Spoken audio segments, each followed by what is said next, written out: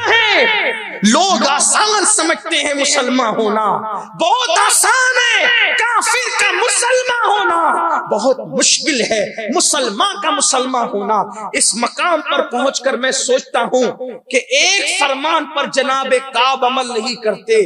आका ने मुंह फेर लिया और कहा इसका बाइकाट करो, सोशल बाइकाट, कोई सलाम न करना, कोई कलाम न करना।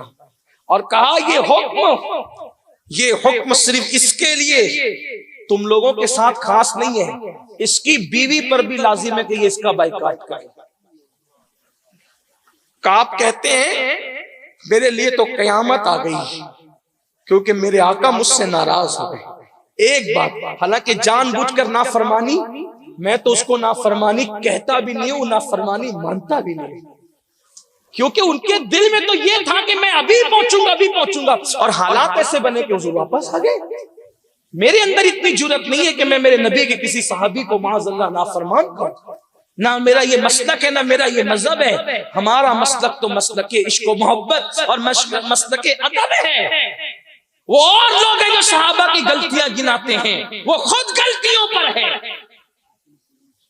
मेरे आका सल्लल्लाहु अलैहि वसल्लम के दीवानों, काब कहते मैं तो तड़प गया कि मेरी जान, जाने कायनात, रूहे कायनात, ईमान का ईमान, जाने ईमान मुझसे नाराज हो गया, मुंह फेर लिया। फरमाते हैं कि मैं मायूस था, कोई मुझे सलाम भी नहीं करता।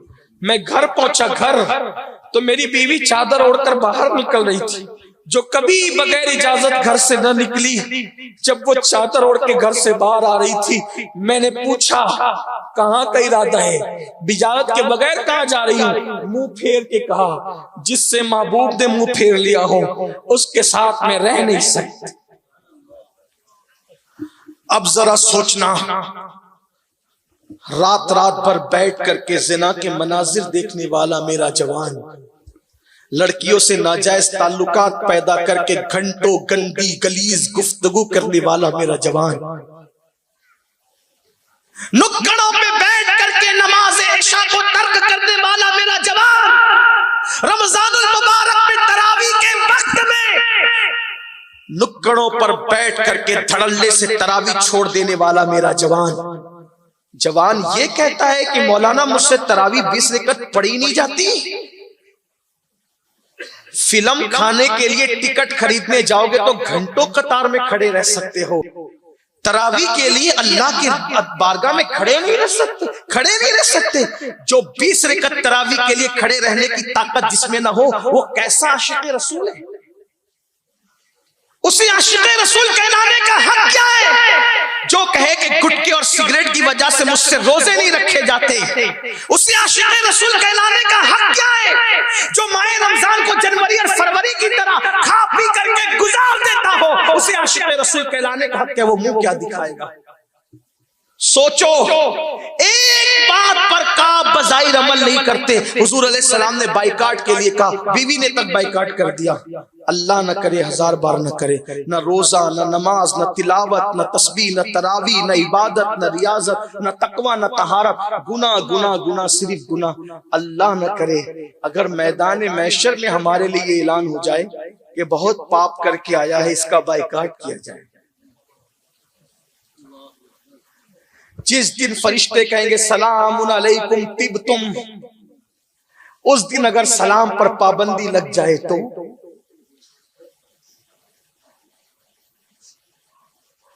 कब्र अनवर में कोई काम नहीं आने वाला। जब हमें सजा सवार करके अपनी कब्र की उस पहली मंजिल जो आखिरत की पहली मंजिल है उसमें दाखिल कर दिया जाए, और कोई मदद के लिए ना हो, हुजूर मदद के लिए आए, और अल्लाह न करे काब की एक फरमान पर अमल न करने की बुनियाद पे जो नबी काब से मुंह फेर ले, जनाबे काब से अगर वो हमसे मुंह फेर ले कि ये तो करोड़ों नाफरमानियां करके आया है, कहां जाओगे? किसके दरवाजे पे दस्तक दोगे?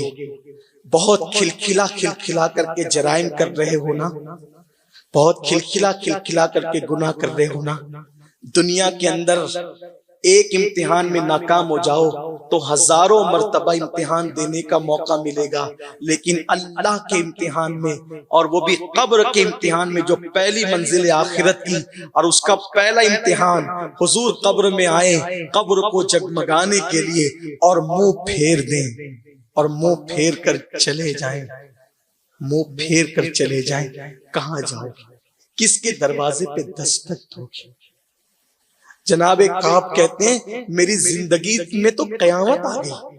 जब मैं मस्जिद जाता था तो लोग मुझसे मुंह फेर लेते थे, क्योंकि हुजूर ने मुंह फेर लिया। एक फरमान पे अमल नहीं हुआ, आका ने मुंह क्या फेरा, सब ने मुंह फेरा। हमारी जमात में सूफिया तो यहाँ तक कहते हैं कि काब अपनी बकरियों के पास गए तो बकरियां भी मुंह फेर कर चली।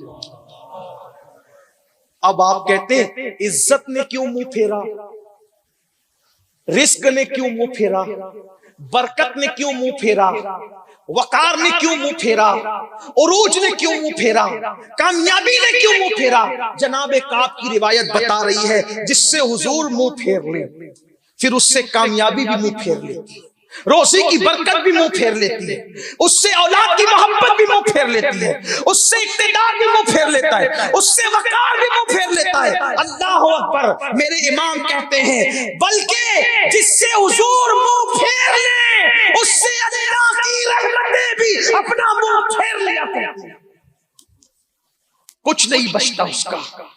आज हमारा कुछ जो बचा नहीं है, वजह यह है कि हमने हुजूर अलैहिस्सलाम के कल्बे नाज़नीन का ख्याल न किया, हुजूर के कल्बे अतहर का ख्याल न किया। ऐ इश्क रसूल करने वालों, ऐ मोहब्बत रसूल का दावा करने वालों, आओ अगर इश्क करना है तो ज़बानी इश्क न करो, इश्क करना है तो सिर्फ नारों का इश्क न करो, इश्क करना है सिर्फ जलसों और कॉन्फ्रेंसों का इश्क न करो। अगर इश्क करना है तो अपने आका से दिल का इश्क करो। और दिल का इश्क क्या है? बस अब अपनी इस गुफ्तगू का आखिरी हिस्सा आपकी खिदमत में पेश करके बात खत्म करता हूं।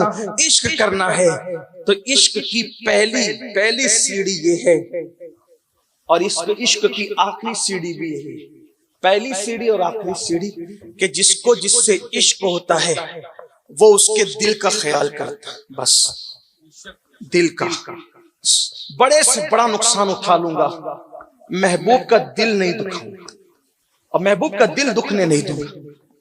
आओ जो आखिरी हिस्सा करा था, ये एक सहाबी जनाबे खुबैब, मशहूर नाम है हदते खुबैब, काफिरों ने पकड़ लिया।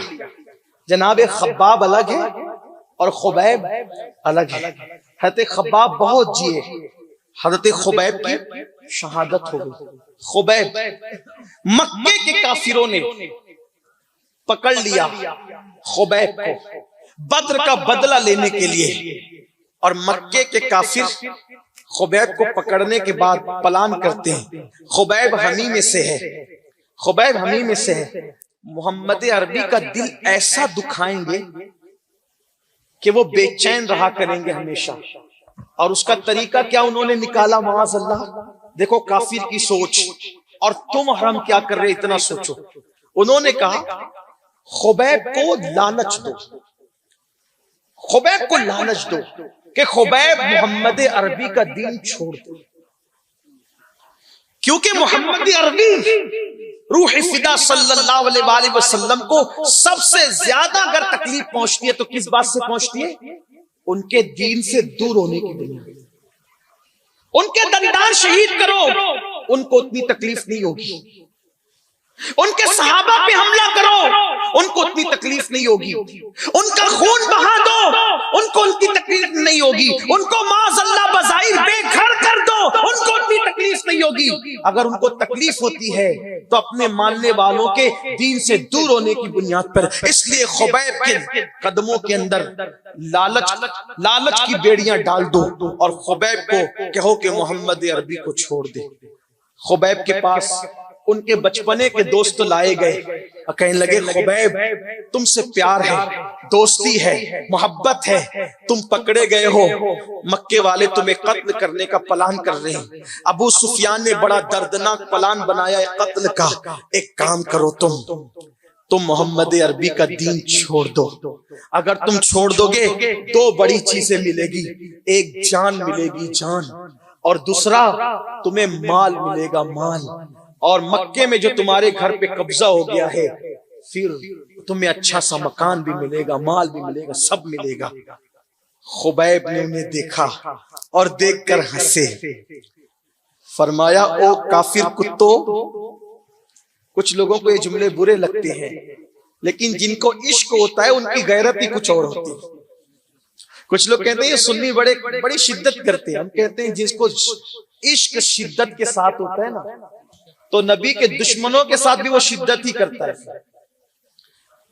लोग कहते हैं मैं बहुत बड़ा आशिक रसूल हूं, फिर बदअकीदों का जनाजा भी पड़ता है। वो कहता है तू चीटिंग न कर, इसलिए कि जिसे शिद्दत का इश्क होगा वो नबी के दुश्मन से भी शिद्दत करेगा। लोग कहते हैं मौलाना अहमद रजा बड़े मुतशद्दिद थे। हम कहते हैं तुमने किसी से इश्क किया ही नहीं, तो तुम्हें पता ही नहीं है कि इश्क वाले की तबीयत क्या होती है।